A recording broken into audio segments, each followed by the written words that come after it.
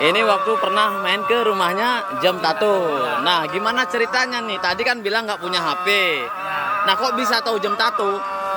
Saya minjam di Gojeknya. Di Gojeknya, terus cari jam tato. Dari rumahnya jam tato gitu. Nggak, sebelumnya kok bisa tahu jam tato? Tahu dari mana? Saya minjam HP di rumah. Oh, Minjam HP. Om punya HP-nya Om. Atau apa? Pakai nyari jam tato kontennya. Saya cari kontennya, langsung gini saya langsung di subscribe.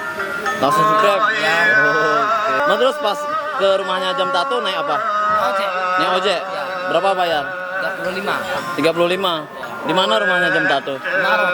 Kemaron. Tahu dulu rumahnya? Langsung dianterin ke rumahnya. Terus jam tatonya bilang apa?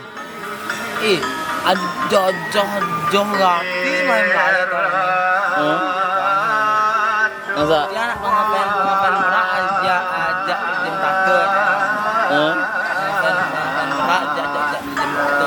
Oke, siap. Ada salam nggak jam tato? Semoga